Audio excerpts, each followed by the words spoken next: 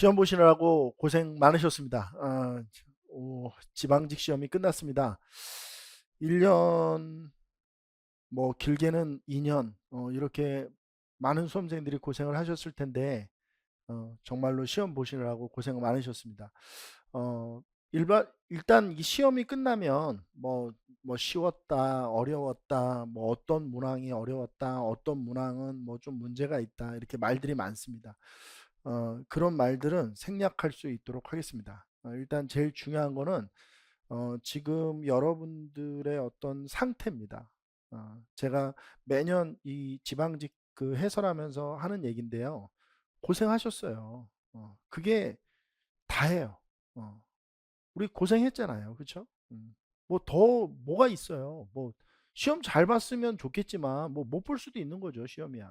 음, 고생하셨습니다. 자, 지방직 총평을 좀 먼저 하고요. 그리고 이어서 해설 강의까지 좀 이어서 이렇게 좀 할 수 있도록 하겠습니다. 자, 일단 2024년 6월 22일에 오늘이죠. 뭐 시행된 지방직 구급 단원별 분포도입니다. 선사시대 문제가 두 문제나 나왔는데요. 이게 이제 선사시대 문제, 그 신석기 시대 문제가 한 문제가 나왔고, 고조선 문제가 나왔어요. 그래서 고조선도 이 선사로 놓고 그냥 이렇게 봤습니다. 그 다음에 이제 고대사 문제가 여기 한 문제. 참 이게 적죠. 그렇죠? 고대사 정말 양이 어마어마하게 정치사 양이 많은 거에 비하면 참 문항수가 적습니다. 그 다음에 문화사 문제가 한 문제가 출제됐어요. 고대 문화사 문제. 이것도 그냥 승려 묻는 문제예요. 해초 찾는 문제인데 쉽게 찾지 않았을까 싶어요. 문화사 문제 치고는 굉장히 쉬웠던 문제고요. 그 다음에 고려사인데요. 이 두 문제가 나왔고 이게 한 문제고 여기 플러스 1이 뭐냐면 이게 고려 조선 건축물 묻는 문제예요. 그래서 여기 플러스 1 플러스 1 해놨거든요. 이거 합치면 이제 세 문제가 되는 거죠. 고려 문화사 단독 문제로는 한 문제고요. 이게 지금 통합형 문제로 이렇게 한 문제가 나왔다는 얘기입니다. 그리고 조선사가 한 문제 한 문제 이렇게 나왔어요. 이게 경제사 문제인데 이제 조선시대 그 전세 수치 제도 변화를 묻는 문제인데요. 이제 그거와 아울러서 균역법까지 뭐 이렇게 사료로 제시돼서 순서를 묻는 문제, 그러니까 내용을 묻는 문제가 아니에요. 이게 뭐 예를 들어서 연분구등법이다 이런 거에 내용을 지엽적으로 물어보면 어려운 건데 그런 게 아니고 뭐 순서를 그냥 묻는 겁니다. 그리고 조선 문화사 문제가 한 문제가 나왔죠.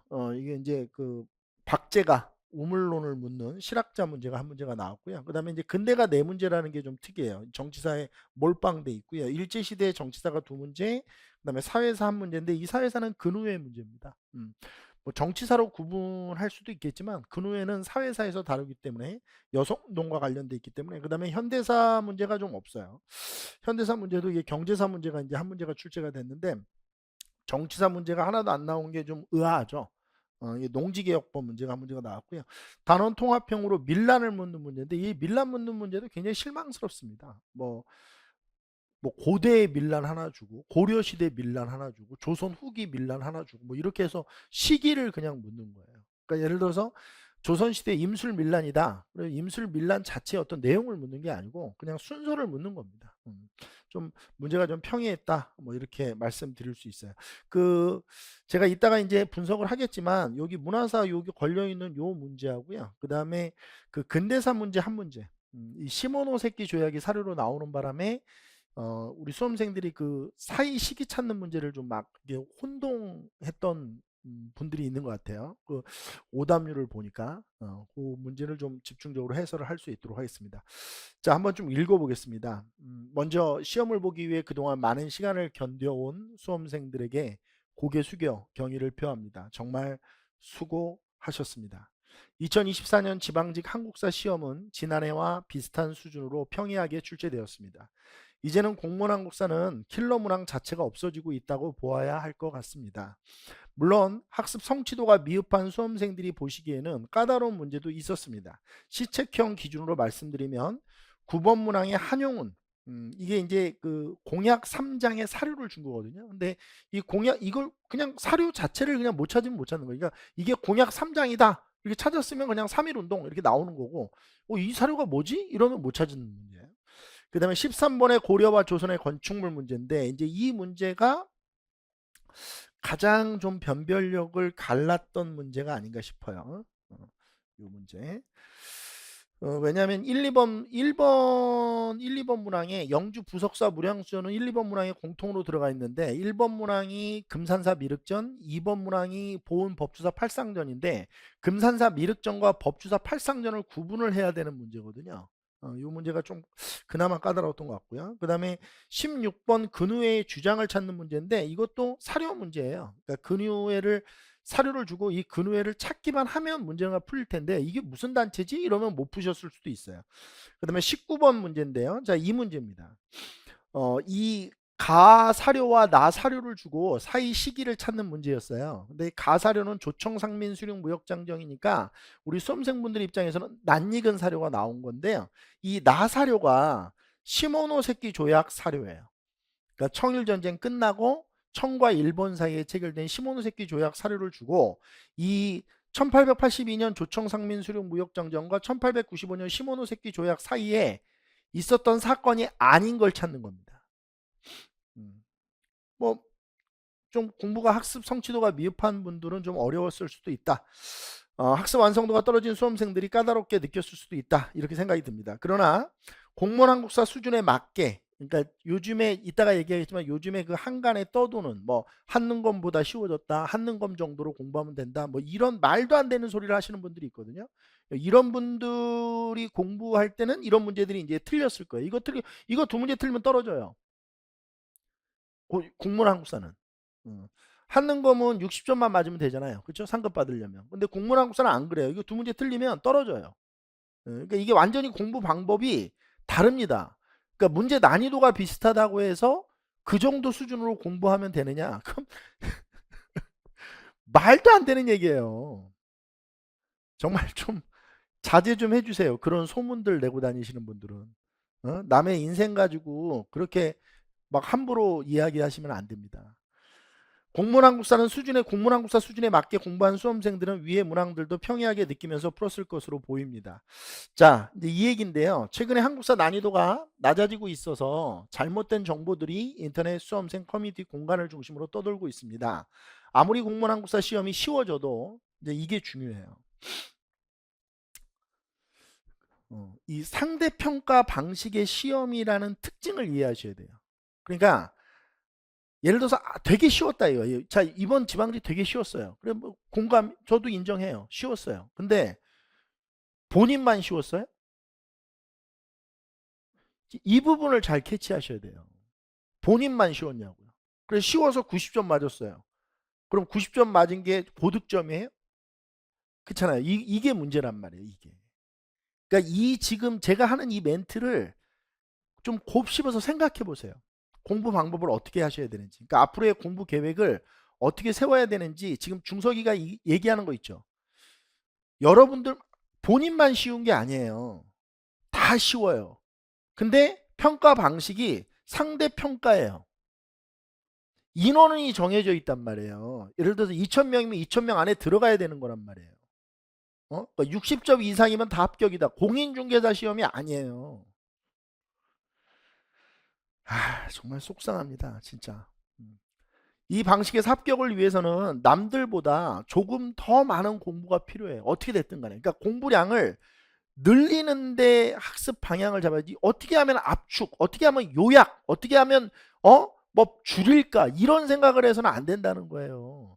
이거를 쉬우니까 줄이고 행정법 행정학에다 투자한다. 정말 그렇게 될까요? 행정법 행정학에 그렇게 시간 투자가 엎어질까요? 안 그래요.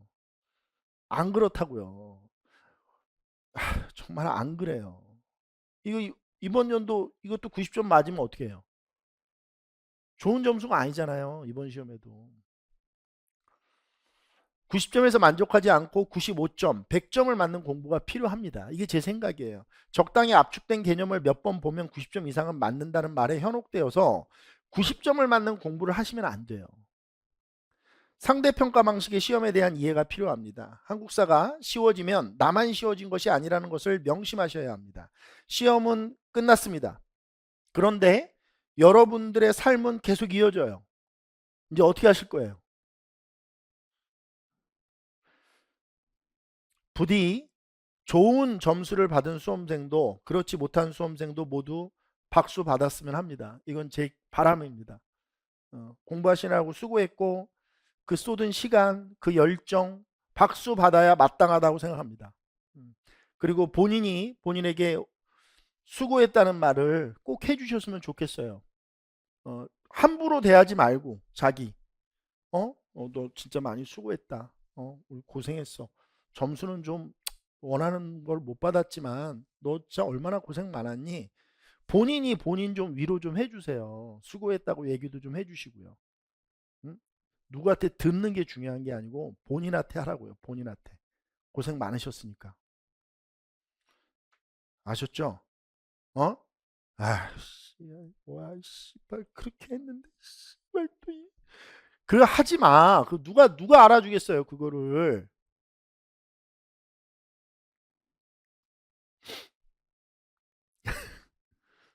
총평은 여기서 마치고 해설 진행할 수 있도록 하겠습니다.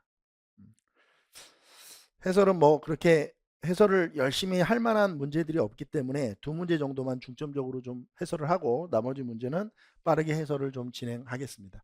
자, 1번 문제에서부터 볼게요. 신석기 시대에 대한 설명으로 옳지 않은 걸 찾는 겁니다. 이거 조심해야 될 건 이제 아는 거죠.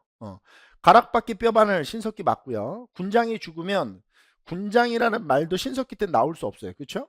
이게 청동기 때부터 나오는 권력, 이런 힘, 지배와 피지배의 관계, 이런 것들. 그 다음에 고인돌이라는 무덤도 지배 권력을 보여주는 어떤 무덤이잖아요.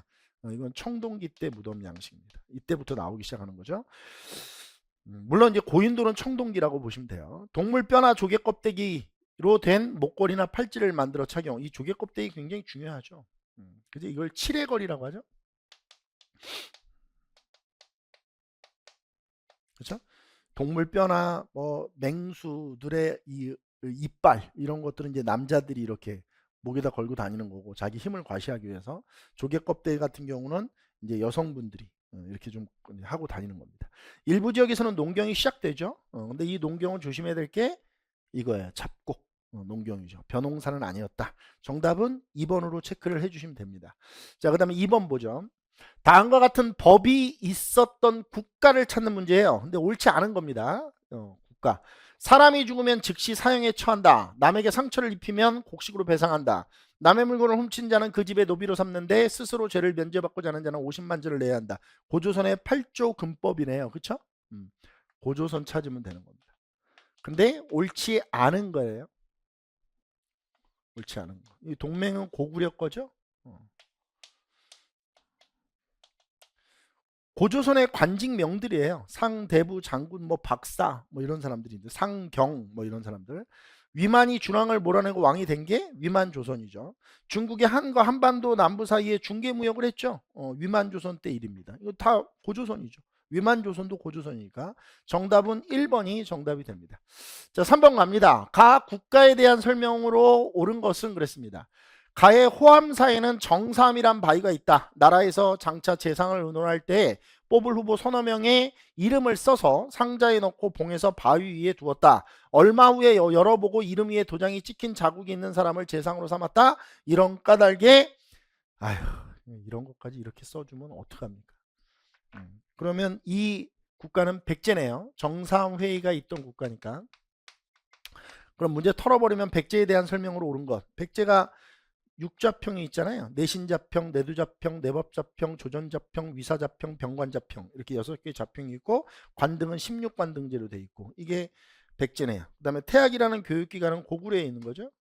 소수리망 때 만들어진 거고요. 인안이라는 독자적 연호를 사용한 건 인안, 대흥, 보력, 건흥, 이게 발해의 연호죠. 인안은 발해, 무왕 때 연호입니다. 골품에 따라 이거 신라죠. 정답은 1번이 정답입니다. 4번 가죠. 가에 해당하는 인물로 옳은 걸 찾아라 그랬습니다. 가는 중앙아시아와 인도 지역의 5천축국, 이게 왕호 천축국이잖아요. 순례하고 각국의 지리, 풍속, 산물 등에 관한 기행문을 남겼다. 이 기행문은 중국의 두낭 막고굴에서 발견되었으며 현재 프랑스 국립도서관에 있다. 왕호 천축국전을 설명하는 거죠. 왕호 천축국전 누가 썼냐, 이거 물어보는 거잖아요. 뭐 중학교 내신고사도 아니고 그냥 아유. 정답은 4번이 정답입니다. 자, 그 다음에 5번 갑니다. 가에 해당하는 기구 찾으라는 겁니다. 비로소 이것을 설치했는데 아유 참 이거 주고 최무선의 건의에 따라서 만들어졌다. 근데 여기 사료 이 저기 선지 보세요. 아 정말 씨. 그냥 확시야 교정도감이라고 해버릴까 보다. 씨. 이때 원나라의 염초장인 이원이 최무선과 같은 동네 사람이었다. 최무선이 몰래 그 기술을 물어서 집의 하인들에게 은밀하게 배워 시험하게 하고 조정에 건의하였다. 통도원. 정답은 4번이 정답입니다. 6번. 가문화유산에 대한 설명으로 옳은 걸 찾아라 그랬어요. 이것은 1377년 우왕 때 청주 흥덕사라는 절에서 인쇄한 것이고요. 독일의 구텐베르크가 인쇄한 책보다 70여 년 앞서 간행된 것으로 밝혀졌고요. 현재 유네스코 세계기록유산으로 등재되어 있습니다. 이 구텐베르크가 간행한 것보다 70여 년 앞서 있다는 것은 여기 안에 이게 들어있는 거 아니에요? 현존하는 금속알짠반 중에서 세계에서 가장 오래됐다. 이게 직지심 체유절이잖아요.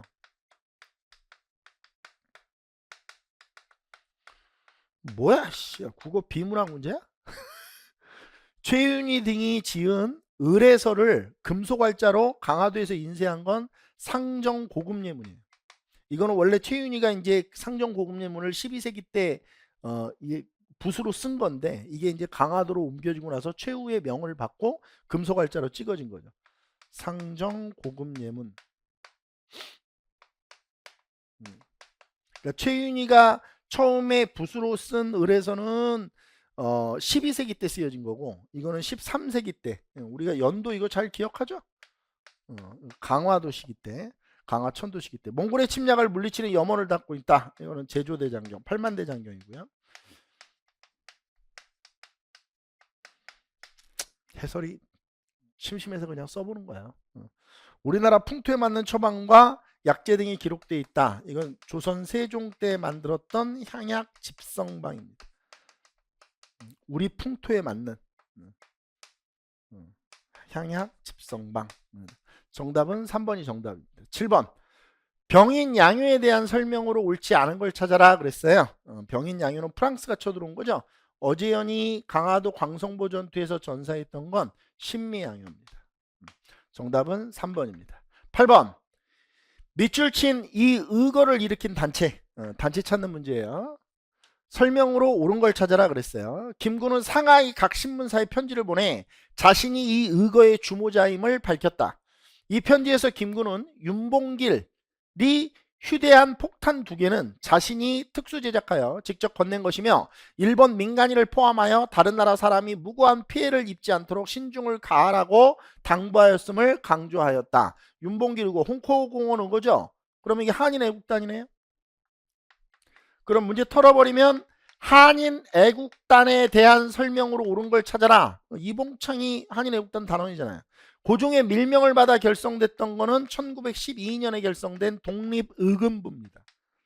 임병찬 이런 사람들이 중심이 돼서 만들어졌던 단체죠. 조선혁명선언을 활동 지침으로 삼았던 것은 의열단이에요. 김원봉이 만든. 일제가 날조한 백오인 사건으로 와해된 건 1911년에 백오인 사건이 일어나고 이걸로 와해된 단체는 신민회라는 단체입니다. 정답은 1번이 정답입니다. 9번.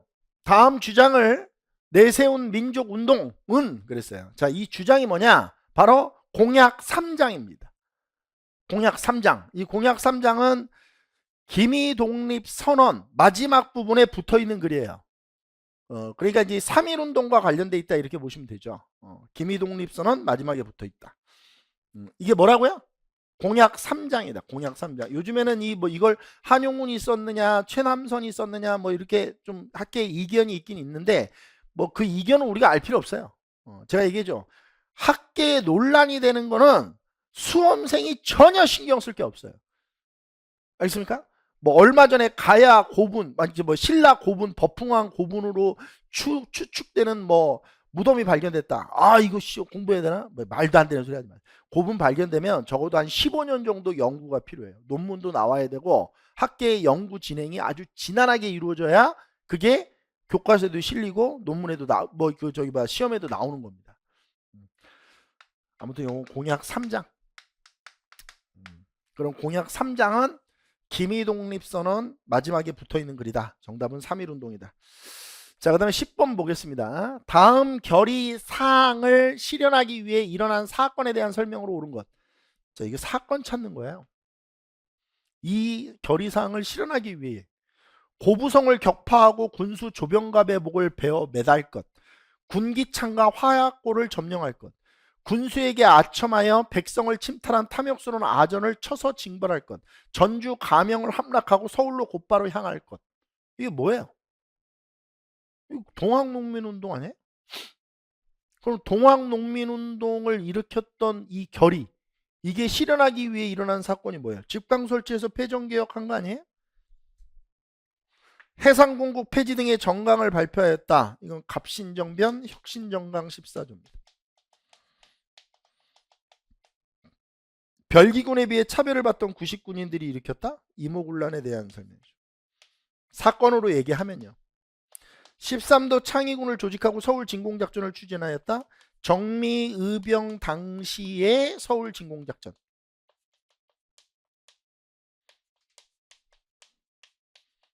해당 제시된 사료와는 아무 관련이 없습니다. 정답은 2번이 정답입니다. 자, 그 다음에 11번 문제로 넘어가겠습니다. 다음 상소문이 올라간 국왕대에 있었던 사실로 옳은 것은 그랬어요. 자, 이 상소문이 뭐예요? 불교는 몸을 닦는 근본이며 유교는 나라를 다스리는 근원입니다. 몸을 닦는 것은 내생을 위한 것이며 나라를 다스리는 일은 곧 오늘의 할 일입니다. 오늘은 극히 가깝고 내생은 지극히 먼 것이니 가까운 것을 버리고 먼 것을 구하는 일이 그릇된 일이 아니겠습니까? 최승로의 시무 28조죠. 제가 최승로랑 쌍둥이가 누가 있다고 그랬는데? 성종? 최승로의 시무 28조를 사료로 주고 이 상소문이 올라간 국왕을 찾는 거니까 고려 성종 때를 찾는 것이다. 개경의 나성을 쌓기 시작한 건 현종 때다.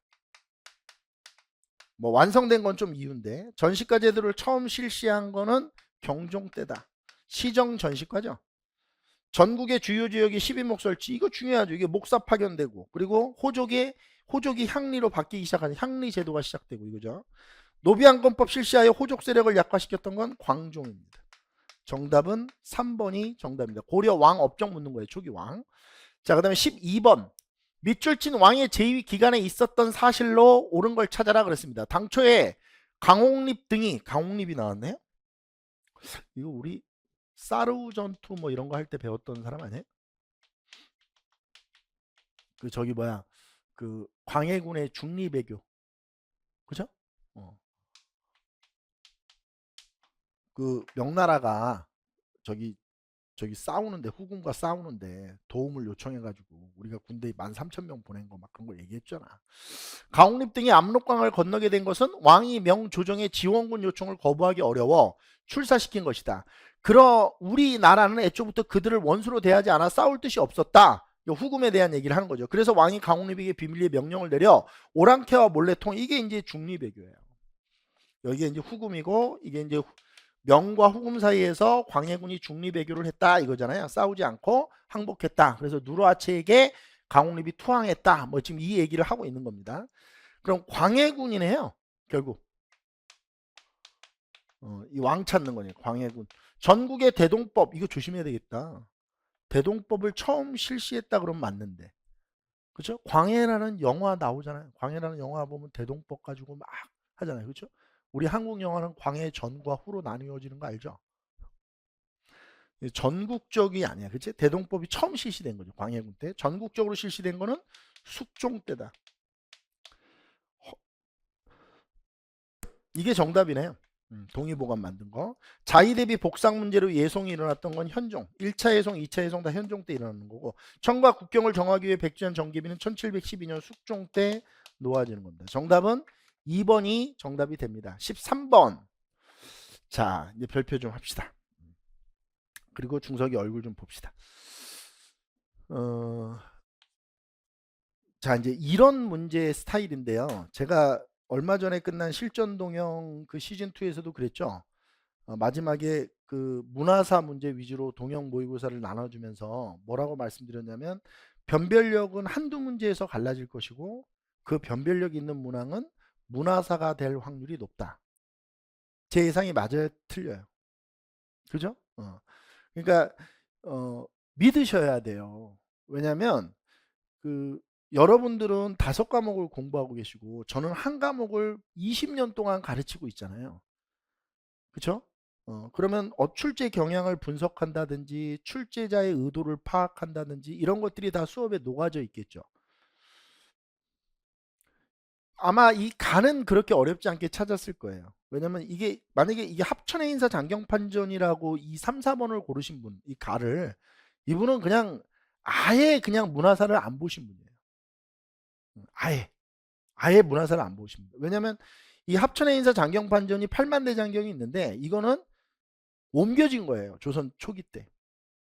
조선 초기 때 강화도에 있던 제조대장경이 조선 초기 때 일로 옮겨진 거거든요. 그러니까 아예 이 스토리 자체를 모르고 계신 분들은 3, 4번일 수도 있다라고 생각하셨을 것 같아요. 근데 처음에 가는 이 두 개로 이렇게 압축돼야 돼요. 1, 2번으로.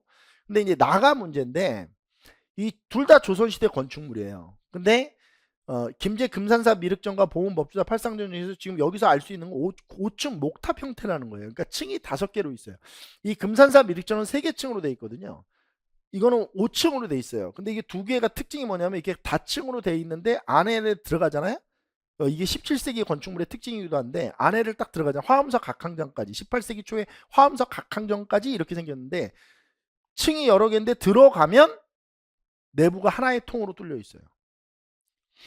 그리고 올인원 블랭크노트 확인해 보시면 이게 사진이 정확히 이렇게 해서 들어있어요. 그러니까 사진도 안 보는 거죠. 이 문제를 틀리시는 분들은. 그러니까 뭐 사진 문제 안 나오지 않아? 뭐 이런 거 안 보는 거예요. 제가 얘기했죠. 자, 이제 여기서 이제 3대 평가 방식의 시험에 대해서 우리가 논의를 좀 해봐야 돼요. 자, 90점만 넘으면 된다. 만약에 시험 그 방식이 절대평가 방식이다. 그러면 이런 거 안 봐도 돼요. 왜냐면 나오면 한두 문제 틀리면 되잖아요. 그러면 시간이 얼마나 줄어들겠어요. 근데 이 한두 문제를 맞추려고 늘어나는 시간이 어마어마해요. 상대평가 방식의 시험에 그 정리가 되세요? 그러니까 예를 들어서 내가 90점이에요. 근데 이 친구는 100점이야. 그러면 나는 예를 들어서 100시간 공부하고 이 사람은 120시간 공부했을 것 같지? 아니에요. 90점 맞는 사람이 100시간 공부했잖아요. 이 사람은 200시간 공부한 거야. 두 문제를 더 맞추려고. 이 사람이 틀리는 두 문제가 어려운 문제이기 때문에.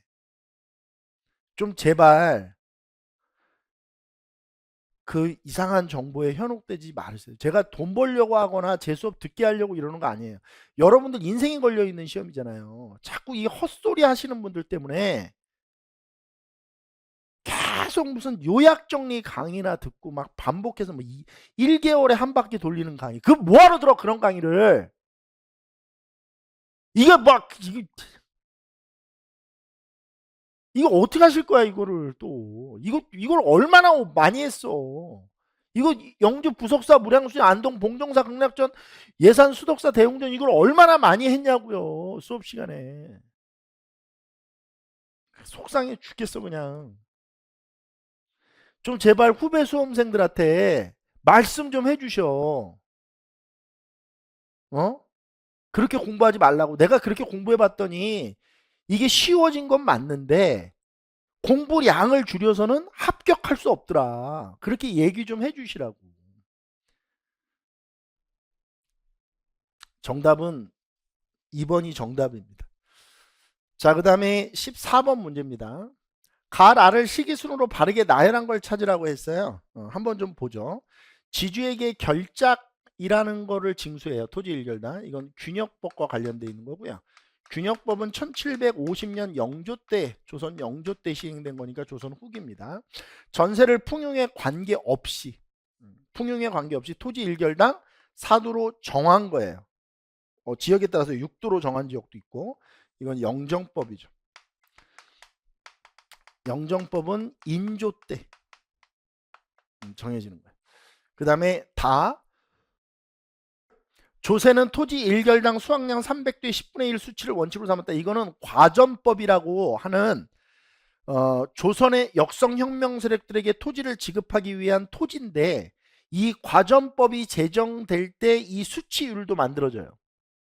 그러니까 이거는 원래 정확히 얘기하면 공양왕 3년인데 그냥 조선 건국과 함께 그냥 공양왕이라고 씁시다. 그러니까 과전법, 공양왕 3년에 과전법이 실시될 때 정도전이 만든 거예요. 이 수치를. 그 다음에 조세를 토지 비옥도와 풍용 정도에 따라 1결당 최고 20도에서 최하 4도로 걷는 건 연분구등법이에요. 그럼 연분구등법이면 공법이니까 이거는 세종이죠.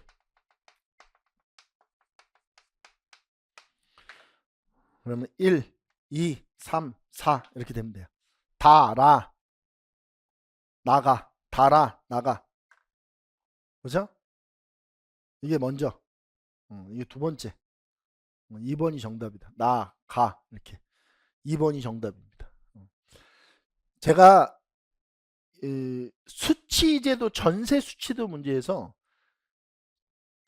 최근 한 5년 동안 봤던 문제 중에서 가장 쉬운 문제예요. 우린 이렇게 안 했잖아요. 뭐 연분고등법, 전분유등법에서 이게 실제로 세금 계산 액수까지 막 세금 얼마나 내야 되는지 그 액수도 막 수업 시간에 계산하고 그러잖아요. 그렇게 해야 남들이 내 밑에 있을 수 있다는 거예요. 상대 평가 방식 시험은 그런 거라고요. 좀 제발 부탁입니다. 만약에 이번에 또 좀 경험이 없어서 이렇게 하신 분들은 제발 좀 부탁인데 한국사 공부하는 범위를 줄이면서 하지 말고 남들보다 어떻게 좀 많이 좀 해서 어려운 문제가 나왔을 때, 지역적인 문제가 나왔을 때, 아까 전에 얘기했던 보은 법주사 팔상전과 김제 금산사 미륵전을 구분하는 문제가 나왔을 때 맞힐 수 있는 수험생이 결국은 합격을 하는 거예요. 이 봐요. 여기 보세요.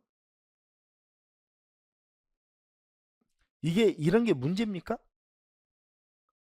그러니까 이런 거 맞추려면 그냥 압축 수업 들으면 돼요. 뭐 압축 수업도 아니야. 이거는 그냥 요만한 거 하나 사서 그럼 뺑뺑뺑뺑뺑 돌리면 돼. 한 두 달. 그러면 이제 다 맞추지.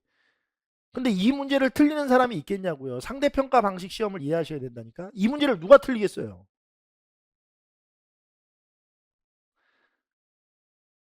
이 문제를 틀리는 거죠. 그쵸? 그럼 이 문제를 맞추려면 어떻게 해야 되냐니까요. 선생님 이거는 버려도 되잖아요. 문제가 쉬워졌기 때문에 버릴 수가 없다고요. 예전에 문제가 어려웠을 때 한 80점 정도면 합격 컷이 나올 때는 한두 문제 버려도 상관없죠. 왜냐면 너무 극악무도하게 어려운 문제니까. 다 틀리거든요. 근데 지금은 공부 방법이 달라져야 된다니까요. 15번.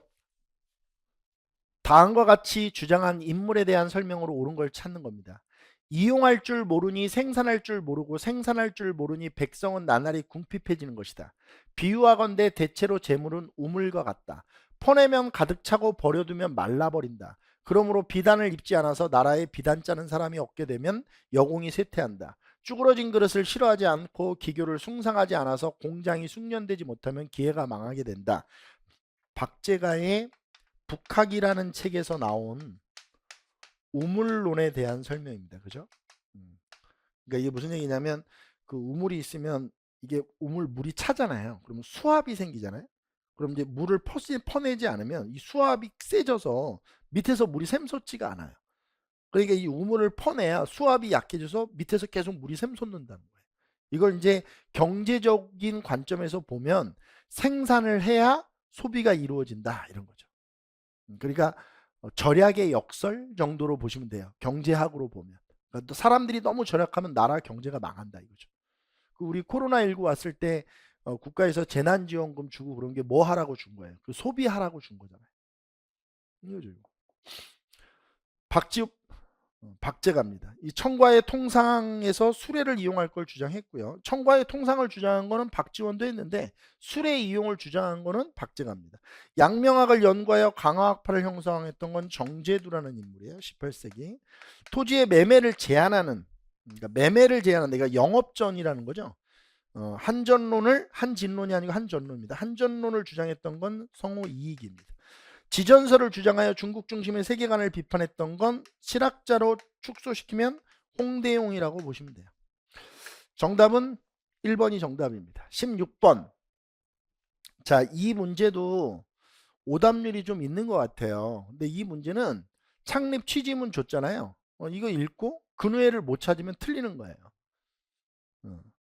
근데 제 생각에는 공부를 하셨는데 이걸 읽고 어떻게 근후회를 못 찾죠?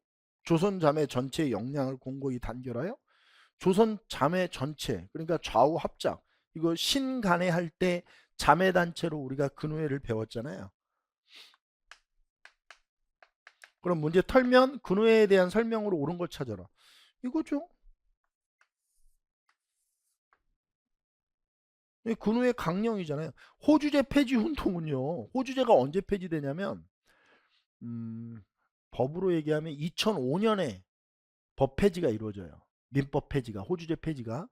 그리고 이게 시행된 게 2008년부터예요. 그래서 우리가 노무현 정부 때로 배우는 거거든요. 그래서 이 호주제 폐지 운동을 펼쳤던 여성 단체가 있긴 있어요.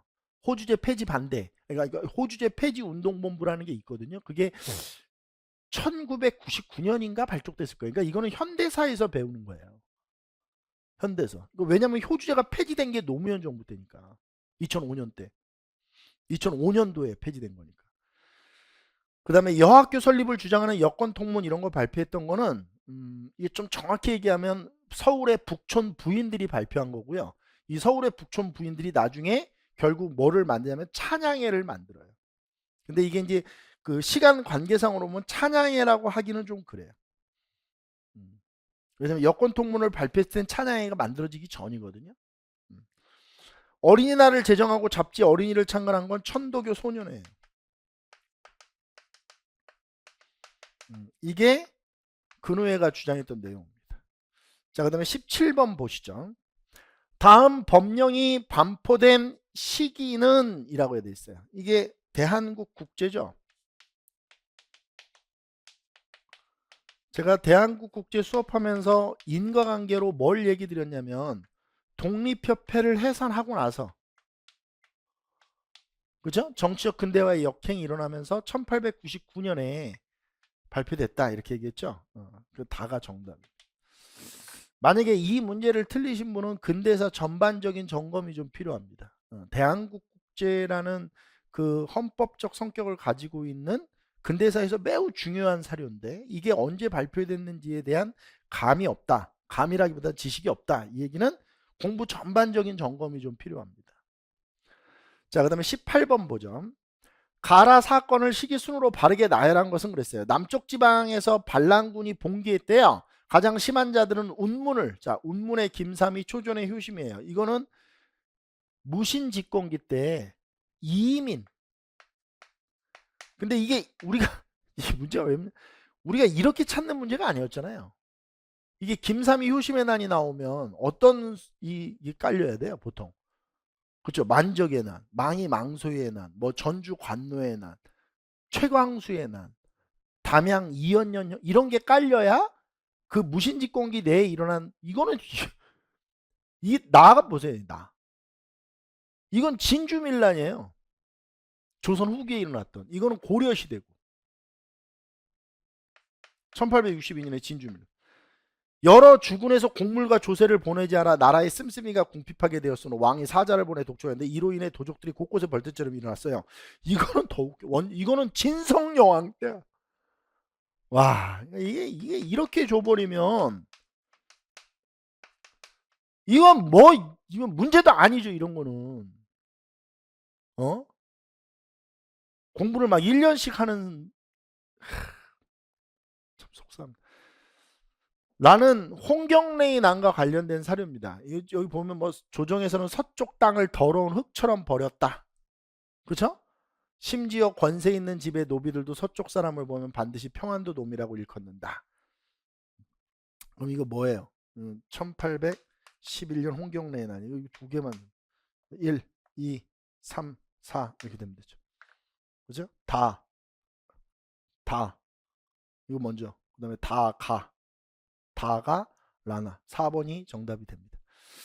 자, 그 다음에 19번 문제인데요. 자, 별표 좀 한번 쳐보죠. 자, 이 문제는 오답률이 좀 있더라고요. 근데 제가 봤을 때는 이 나가 뭔지 못 찾은 분들이 있는 것 같아요.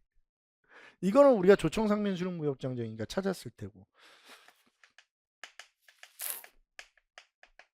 이건 메이저 조약이니까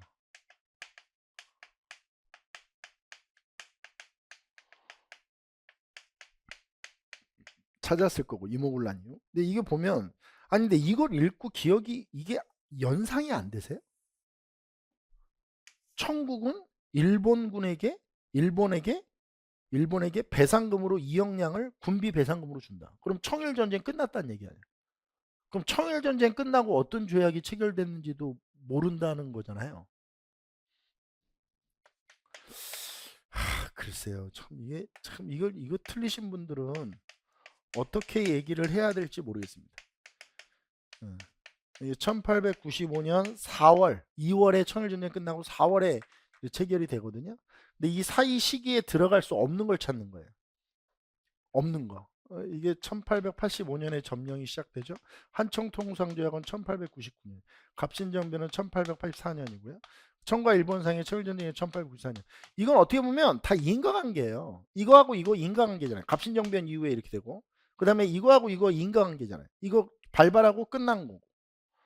이건 광무개혁 당시에 청일전쟁 끝나고 나서 청이 완전히 깨부락지가 되고 나서 조청 상민 수령 무역장정이 파기되면서 한청 통상조약이 체결되잖아요.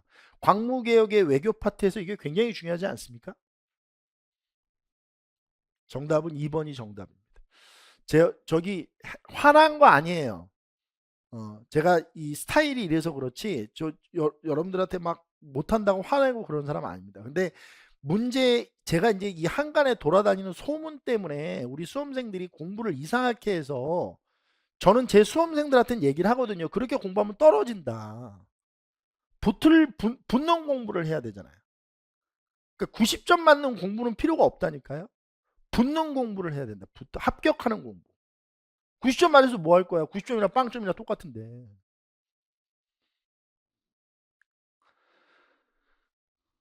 다음 법령에 의해 실시된 정책에 대한 설명으로 옳은 것은 그랬어요.